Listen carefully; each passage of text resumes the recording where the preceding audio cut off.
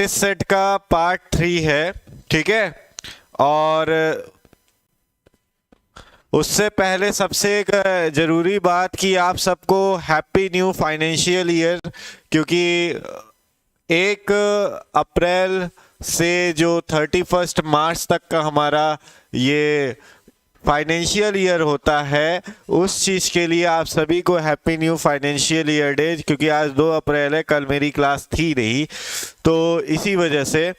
तो आइए आज का सेशन स्टार्ट करने से पहले एक इम्पॉर्टेंट चीज़ बता दें कि जो बीपीएससी 3.0 और 4.0 और ये जितने भी टारगेट बैचेस हैं हमारे, ठीक है, BPSC 3.0, 4.0, UP TGT PGT, LT grade, GIC PGT, D triple SB, EMRS, UGC net, ठीक है, असिस्टेंट यूपीजीडीसी प्रोफेसर छत्तीसगढ़, एमपी या अन्य राज्यों के लिए हमारा एक नया बैच स्टार्ट हो गया है जिसका नाम है टारगेट बैच, ठीक है। और ये अन्य राज्यों के लिए भी ये सारी चीज़ें अवेलेबल हैं जो कि 26 मार्च से स्टार्ट हो गया है।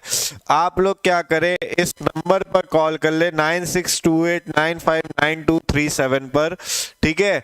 सो देन उसके आगे ये हमारा फाउंडेशन बैच है जिसपे TGT PGT LT EMRS GIC BPSC 4.0 KVS LT grade D triple SB और ये तो टारगेट बैच जो मैंने अभी बताया पीछे वो। And then recorded batch are also available. आपको क्या करना है, टीचर्स एकेडमी का ये जो लोगो है ये आपको प्ले स्टोर से डाउनलोड कर लेना है और फिर उसके बाद यहाँ पे एक और चीज़ चलाई जाती है, निशुल्क एकलव्य बैच जो है हमारे इस टीचर्स एकेडमी के यूट्यूब चैनल पर ऑलरेडी अवेलेबल है, ठीक है। तो चलिए आइए आज का सेशन स्टार्ट करते हैं। आप लोग इस नंबर पे ज़रूर कॉल कर लीजिएगा, ठीक है। चलिए आज का सेशन स्टार्ट करते हैं। सबसे पहला क्वेश्चन ये रहा आपके सामने, ठीक है। सबसे पहला क्वेश्चन ये रहा आपके सामने। बोला क्या है, रोकड़ के अतिरिक्त अन्य प्रतिफल के लिए प्रवर्तकों के अंश निर्गमित करने पर डेबिट किया जाएगा। क्या डेबिट किया जाएगा? प्रवर्तकों का खाता, ख्याति खाता, ख्याति खाता को हम लोग क्या कहते हैं? ख्याति खाता को हम लोग कहते हैं गुडविल, ठीक है, गुडविल, ठीक है। प्रारंभिक व्यय यानी ओपनिंग एक्सपेंसेस जो होते हैं हमारे, ठीक है, ओपनिंग एक्सपेंसेस, ठीक। और सामान्य व्यय यानी जनरल एक्सपेंसेस, जनरल एक्सपेंसेस। और प्रवर्तकों का खाता ये। चलिए अब आप हमको बताइए कि जब हम लोग रोकड़ से यानी कैश से, ठीक है, कैश से कोई भी अतिरिक्त अन्य प्रतिफल व प्रवर्तक यानी शेयर को हम लोग क्या करते हैं, शेयर को हम लोग कोई भी चीज़ को वो करते हैं निर्गमित या इशू करते हैं, तो उस कंडीशन से हमारा क्या डेबिट होगा? क्या डेबिट होगा? हेलो, हमारा गुडविल डेबिट होगा, ठीक है, गुडविल डेबिट हो जाएगा। क्योंकि जब भी हम लोग कोई भी चीज़ कंपनी का इश्यू करते हैं जिसमें हम लोग का पर्टिकुलर शेयर दिया रहेगा, तो शेयर जब आता है तो उससे हम लोग क्या, कोई भी शेयर अगर हम लोग निर्गमित या इशू करते हैं तो उस कंडीशन से हमारी मार्केट में क्या आती है, गुडविल को हम लोग डेबिट कर देते हैं, वो चीज़ बता रहा है।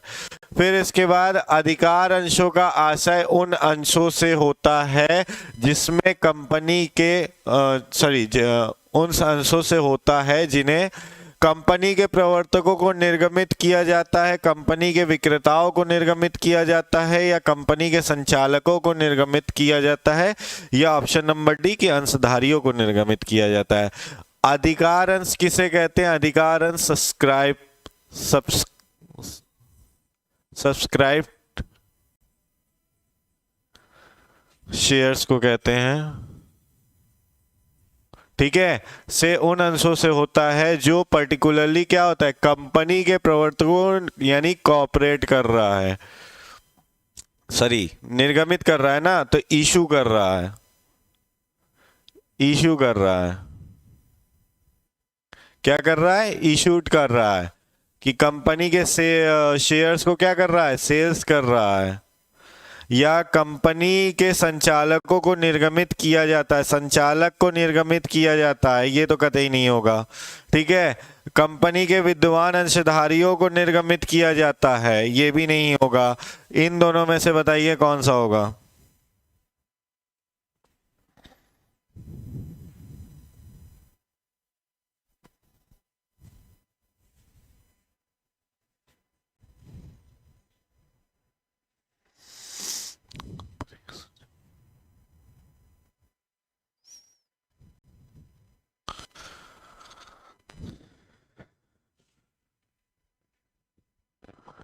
शालिनी जायसवाल 2 का डी।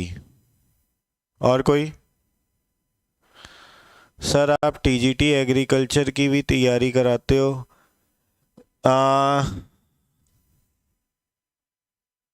बेटा आप इस नंबर पे, ठीक है, कॉल करके जितनी भी आपकी डिटेल्स है, TGT, PGT, LT grade, UGC net, सारी चीज़ों की डिटेल आप इस नंबर पे कॉल करके जो भी है आपका सब कुछ पूछ लो। मैं तो तैयारी नहीं कराता, मैं टीजीटी और पीजीटी कॉमर्स की तैयारी कराता हूँ।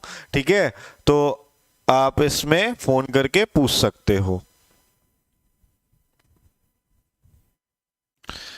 हाँ, कंपनी के इसमें सब्सक्राइब शेयर से उन्हें आशय है कि जो भी कंपनी के विद्वान अंशधारी होते हैं वो आपका आंसर ये वाला होता है। ठीक है, नेक्स्ट क्वेश्चन, पूर्व अधिकारी अंशों के शोधन हेतु कौन सी विधि कानून स्वीकृत है? समता अंशों यानी equity shares issued of equity shares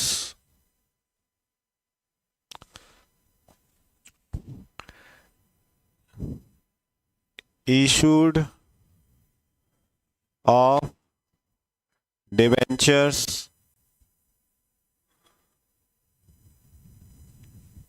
company की स्थायी संपत्तियों का विक्रय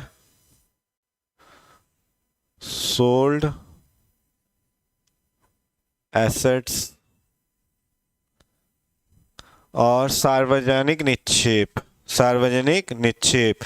आपको इसमें यह बताना है कि जो भी हमारा पूर्वाधिकारी अंश है, ठीक है, प्रेफरेंस शेयर जिसे हम लोग कहते हैं, प्रेफरेंस शेयर, प्रेफरेंस शेयर के शोधन हेतु कौन सी विधि या कानून स्वीकृति करती है इसमें? थर्ड का A, Shalini Jaiswal, issued on equity shares. अच्छा,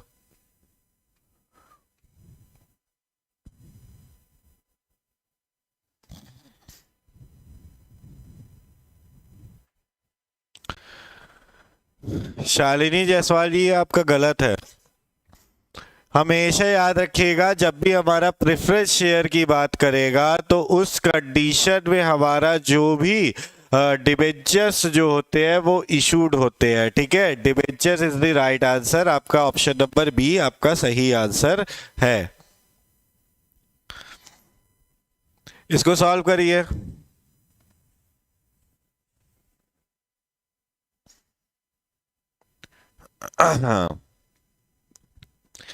कहा जा रहा है कि एक कथन दे दिया है और एक तर्क, यानी आपका एक असर्टन दे दिया है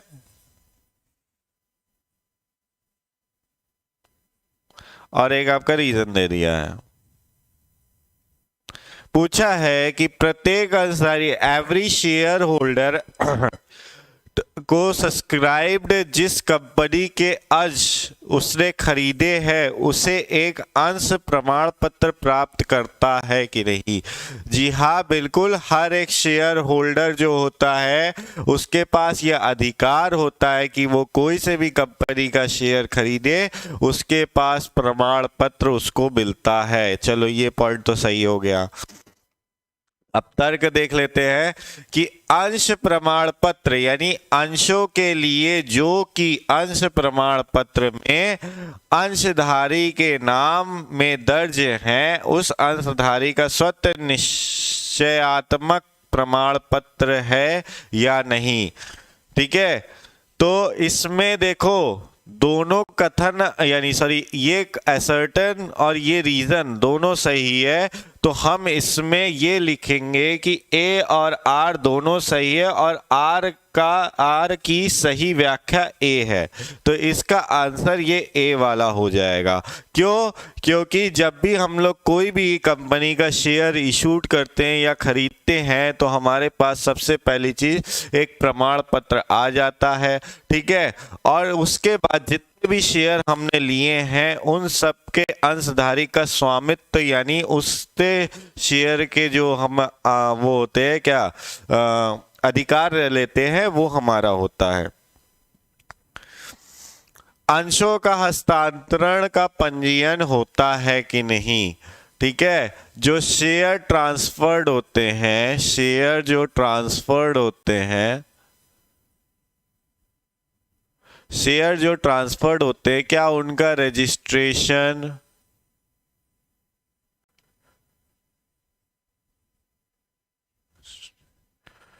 रजिस्ट्रेशन होता है कि नहीं? अगर होता है तो किसके द्वारा होता है? अभिकरण के यहाँ होता है, कंपनी के यहाँ होता है, कंपनी रजिस्ट्रार के यहाँ होता है, या केंद्रीय सरकार के यहाँ होता है? किसके यहाँ होता है?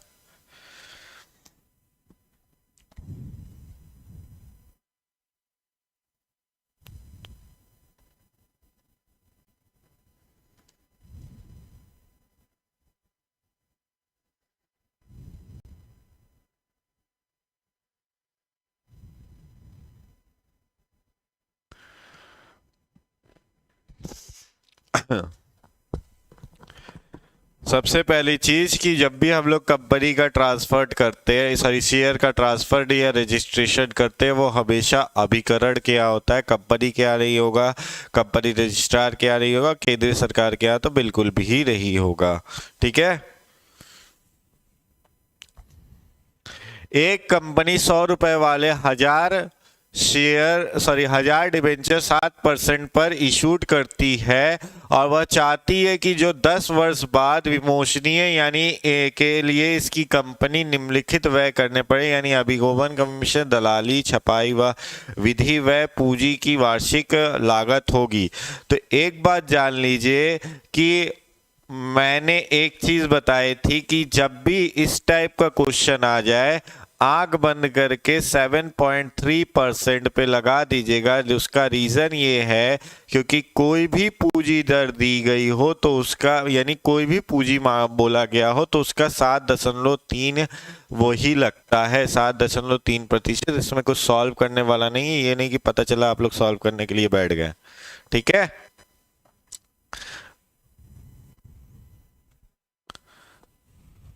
थोड़ा इसको लाइक कर दीजिए और शेयर कर दीजिए।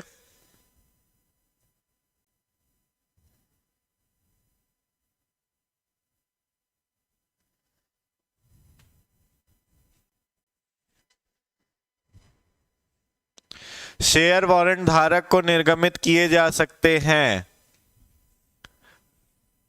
शेयर वारंट जो ओनर होते हैं उनको क्या इशू किया जाता है? क्या इशू किया जाता है? ठीक है, क्या इशू किया जाता है? निजी कंपनी में पूर्ण प्रदत्त अंशों के बदले में या सार्वजनिक कंपनी। सबसे पहली चीज की निजी कंपनी को हम लोग क्या कहते हैं? Private company. क्या कहते हैं? Private company. सार्वजनिक कंपनी को पब्लिक कंपनी। ठीक है, निजी या सार्वजनिक कंपनी किसी के अंश में बदले, सार्वजनिक कंपनी के ऋण पत्रों में बदले। ठीक है, इसका आंसर क्या होगा?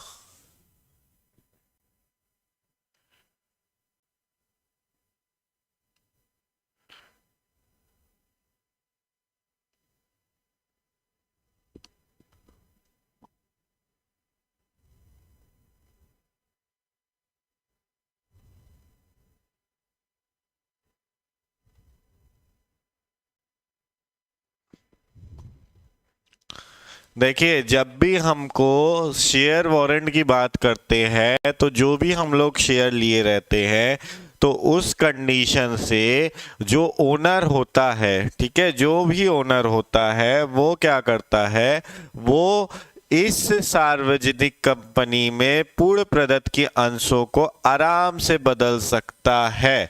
ठीक है, तो इसका आंसर नंबर बी होगा। ठीक,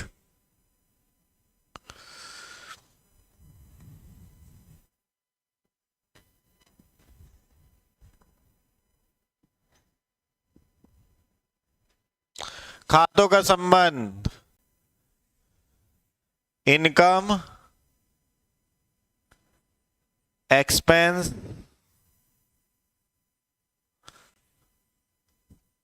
प्रॉफिट एंड लॉस। ठीक है, तो उसे कहते हैं, क्या कहते हैं, वास्तविक खाता को हम लोग कहते हैं रियल अकाउंट, नाम मात्र खाता को कहते हैं नॉमिनल अकाउंट, व्यक्तिगत खाता को हम लोग क्या कहते हैं, पर्सनल अकाउंट।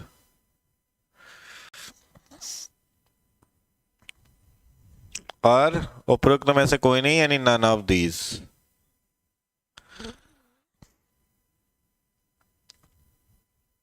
बोला है कि income, expense and profit and loss both are these, इनमें से कौन सा ऐसा है, ये चारों इनमें से कौन से अकाउंट के अकाउंट में आते हैं, बताइए।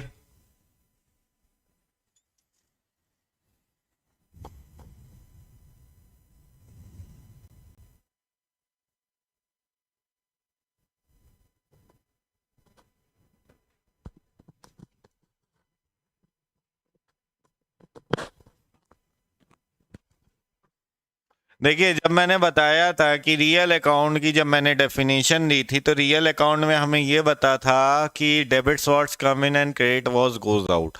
तो उस दैट कंडीशन से इसमें हम लोग केवल वही चीज़ें मेंशन करते हैं जो ये हमें ये बताता है कि कब हमें परचेज करना चाहिए, कब हमें सेल करना चाहिए। Nominal account that's means all expenses are losses and all profits are gains. तो यहाँ पे हमें ये और पर्सनल अकाउंट बताता है debit the receiver and credit the giver. Personal account वो चीज़ होती है जो अपने स्वयं के लिए या अपने खुद के लिए एक्सपेंस करे। फॉर एन एग्जांपल कि ड्राइंग्स हो गई, ठीक है, ड्राइंग्स, कैपिटल, ठीक है, एक्सेट्रा, और भी बहुत सारे, जैसे राम श्याम हो गया, ठीक है, राम श्याम, ठीक है, राम श्याम। फिर उसके बाद LIC, ठीक है, LIC, SBI, ठीक है, जिसका भी नाम आ रहा है वो पर्टिकुलरली क्या हो गया, आपका पर्सनल अकाउंट हो गया। और जो ये हो गया आपका, इसमें कब आपका परचेज करना चाहिए, परचेजिंग ऑर्डर, सेल्स ऑर्डर, ठीक, परचेज रिटर्न,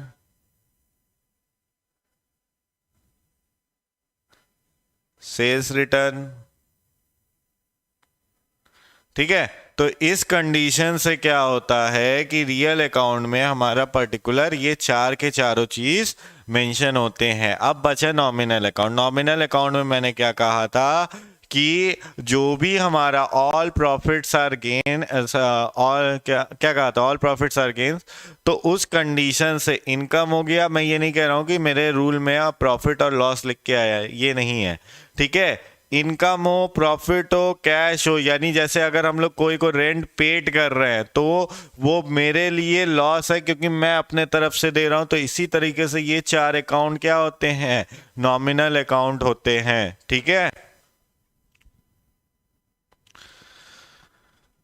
राम से 5,000 रुपए प्राप्त किया किंतु उसके खाते में 50,000 रुपए जमा हो गए, तो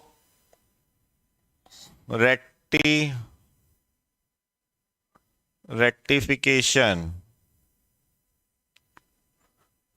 ठीक है,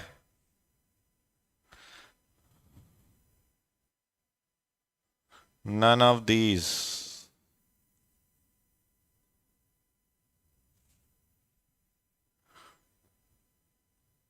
Purity of wrong.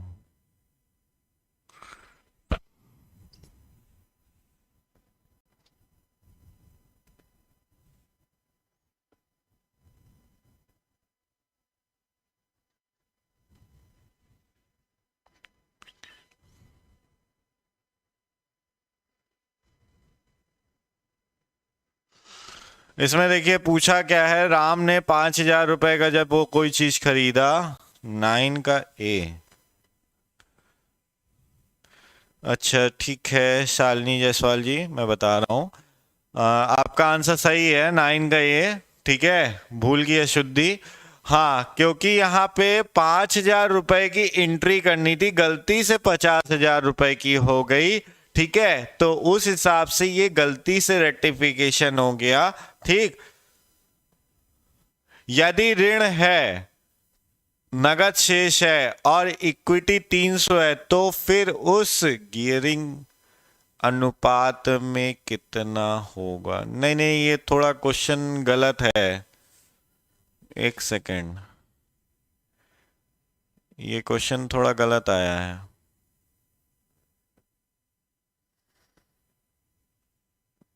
एक सेकेंड, लेट मी चेक।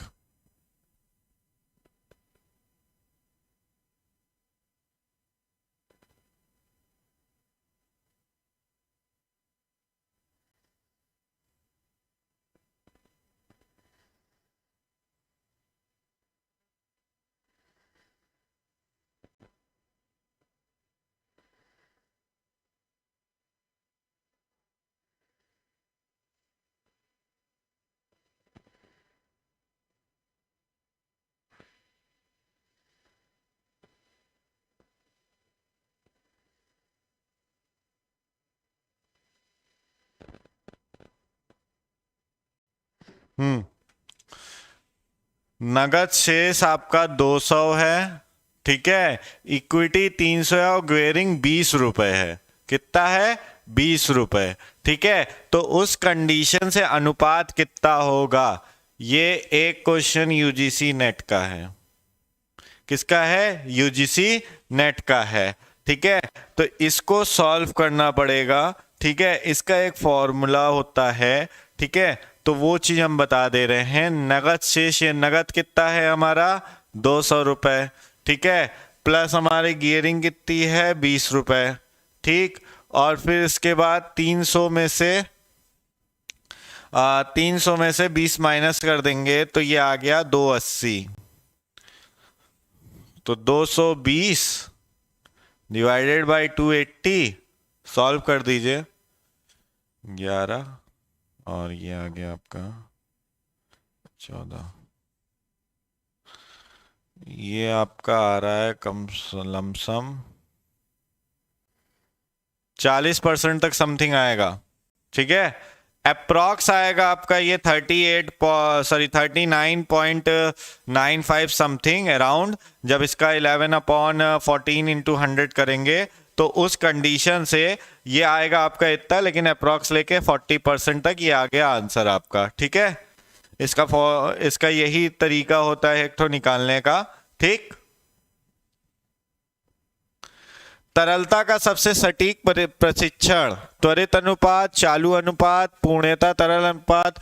ये रेशियो एनालिसिस का क्वेश्चन है,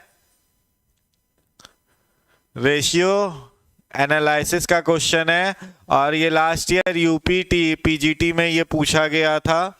ठीक है, मतलब ये अभी तो 2022 वाला नहीं, उससे पहले वाला जो था उसमें पूछा गया था। ठीक है, तो बताइए जरा।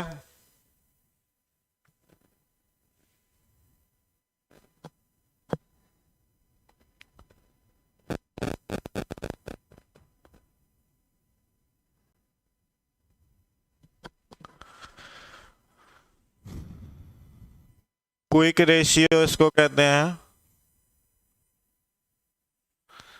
चालू अनुपात को करंट रेशियो कहते हैं। पूर्णता तरंत absolute liquid ratio, none of these। तरलता का सबसे सटीक परीक्षण कौन सा है? ठीक है, तरलता का सबसे सटीक परीक्षण कौन सा है? 11 का बी, करंट रेशियो। अच्छा,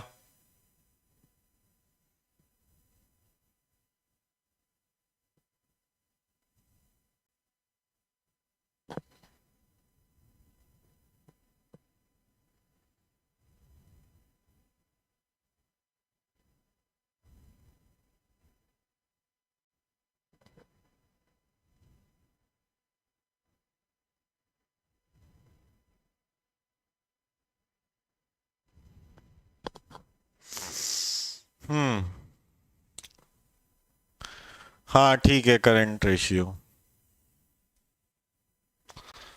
हेनरी फ्योल के अनुसार प्रबंध प्रक्रिया की प्राथमिक कार्य कितने हैं? 4 है, 6 है, 8 है, 10 है। यानी प्राइमरी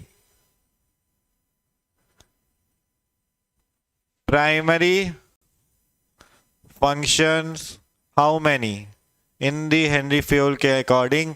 4 है, 6 है, 8 है या 10 है? इसमें 8 है।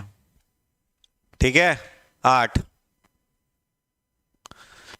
प्रबंध एक प्रक्रिया के रूप में परिभाषित किया जाता है हेनरी फ्योल द्वारा, एफ.डब्ल्यू. टेलर के द्वारा, एल्टन मेयो के द्वारा, पीटर एफ. डकर के द्वारा। किसके द्वारा प्रबंध एक प्रक्रिया के रूप में परिभाषित किया जाता है? ये भी यूपी पीजीटी का क्वेश्चन है। ठीक है, ये भी यूपी पीजीटी का क्वेश्चन है। 13 का बताइए।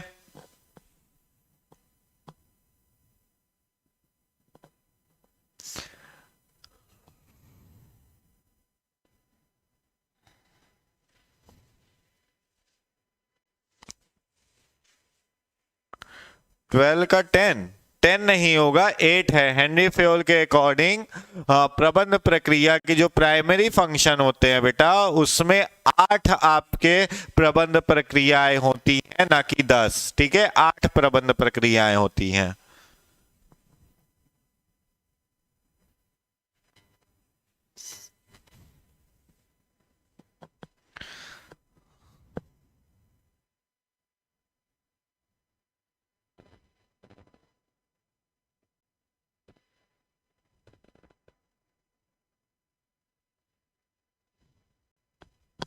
थर्टीन का बताइए।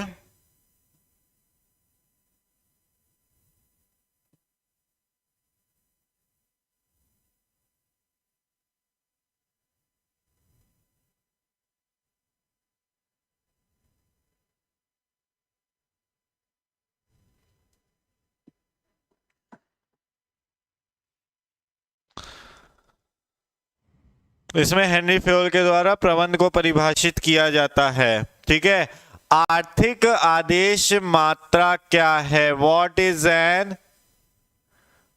Is economic order? इनमें से क्या है? किसी आदेश की लागत, स्कंद की लागत, पुनः आदेश स्तर, अनुकूलतम आदेश आकार, इनमें से कौन सा है? Order of cost.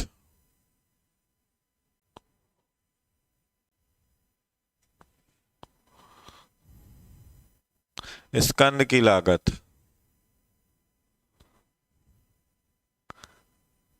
Cost of stock.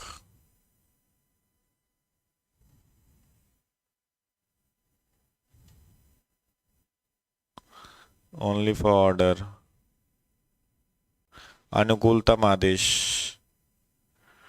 ठीक है, इनमें से कौन सा है? आर्थिक आदेश की मात्रा कौन सी है?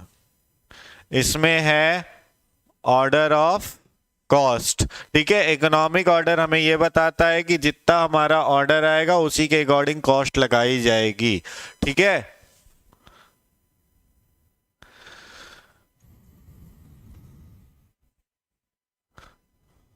रोज नामचे।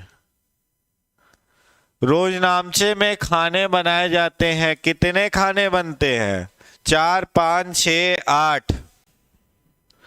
रोज नामचे में खाने कितने बनते हैं? 4, 5, 6, 8। देख लेते हैं, हालांकि 5 बनते हैं, देख लेते हैं। 1, 2, 3, 4। ये हो गया date, particular. LF means ledger folio, amount DR, amount CR।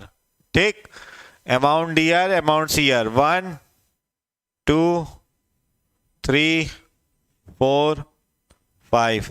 5 खाने बनते हैं रोज नामचा, और रोज नामचा को इंग्लिश में कहा जाता है जर्नल। ये TGT का क्वेश्चन है, ठीक है, ये TGT का क्वेश्चन है, 15 का भी। हाँ ठीक है।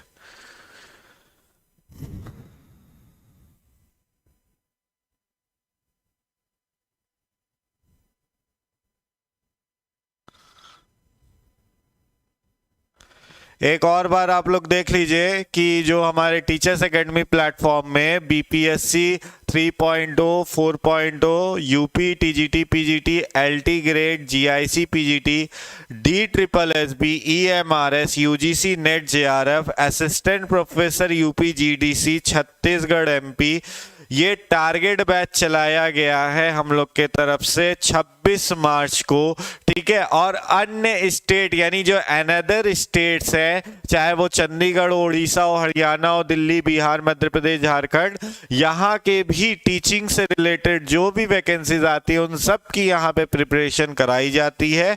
आप क्या करें, आप इस नंबर पे कॉल करके जरूर से जरूर अपनी सारी डिटेल की क्वेरी पूछ लीजिए। नंबर है 9628959237, ठीक है। और एक चीज, जो एकलव्य बैच हमारे यहाँ पे निशुल्क है, ठीक है, एकलव्य बैच जो है वो हमारे यहाँ पे निशुल्क है, और फ्री टेलीग्राम चैनल से भी आप लोग जुड़ जाइएगा। टेलीग्राम चैनल का जो वीडियो है वो इस मतलब मेरे वीडियो के लिंक पे जरूर मेंशन है, ठीक है। फाउंडेशन बैच जो चलाया जाता है वो TGT, PGT, GIC, EMRS, BPSC 3, 4.0, और फिर उसके बाद NVS, KVS, UK, LT, DSSS, ठीक है। ये एक फाउंडेशन बैच है जिसमें हर एक सब्जेक्ट का अलग अलग, चाहे वो एग्रीकल्चर हो, कॉमर्स हो, इकोनॉमिक्स हो, इंग्लिश हो, हिंदी हो, एनी काइंड ऑफ सब्जेक्ट, यानी जितने भी टाइप्स के सब्जेक्ट होते हैं उन सब का मतलब यहाँ पे फाउंडेशन बैच स्टार्ट कर दिया गया है। टारगेट बैच हमारा 26 मार्च से स्टार्ट हो चुका है, ठीक है। आप जल्दी से जल्दी इनरोल कर लीजिए। और इन सब का रिकॉर्डेड बैच भी ऑल्सो अवेलेबल है। अब जैसे जो बच्चे कहीं काम कर रहे हैं, ठीक है, जो बच्चे कहीं काम कर रहे हैं तो लाइव क्लास में अटेंड नहीं कर पाए, तो उन लोग के लिए रिकॉर्डेड क्लास की फैसिलिटी भी ऑल्सो अवेलेबल है। आपको क्या करना है, टीचर से प्ले स्टोर पे जाना है, ठीक है, अपने मोबाइल के प्ले स्टोर पे जाके टीचर्स एकेडमी टाइप करना है, ये टाइप का लोगो आएगा, उसको डाउनलोड करके इंस्टॉल कर लीजिएगा। और एनी फर्दर क्वेरीज होगी तो इस नंबर पे आप कॉल करके पूछ लीजिएगा, ठीक है। आज की मेरी क्लास यहीं एंड होती है, और कल जो है हिमांशु सर क्लास लेंगे, वो अपना इकोनॉमिक्स का प्रैक्टिस सेट कराएंगे, एंड देन फिर उसके बाद परसों मेरी क्लास रहेगी, और वो प्रैक्टिस सेट चौथा रहेगा, उसमें थोड़े ज़्यादा और क्वेश्चंस रहेंगे, ठीक है। आज की क्लास यहीं पे एंड करते हुए हम आपसे विदा लेते हैं। जय हिंद।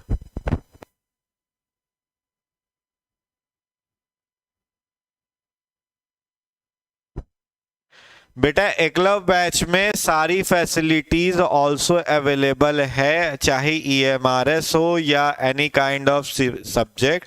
आप उसको क्या करिए, पहले इंस्टॉल कर लीजिए, देन उसमें आप जो भी एकलव्य बैच में देखेंगे, ठीक है, और उसमें आपको देखेंगे, उसमें सारी चीज़ें आपको फैसिलिटी मिल जाएगी। और अगर कोई भी टाइप की क्वेरी हो, ये नंबर दिया गया है बेटा, आप इस नंबर पे कॉल करके हमारी टीम से पूछ लीजिए हर एक चीज़, ठीक।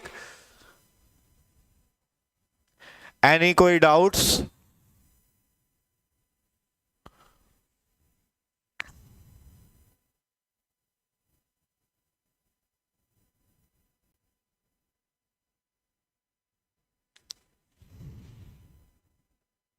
और भी कोई डाउट है बेटा?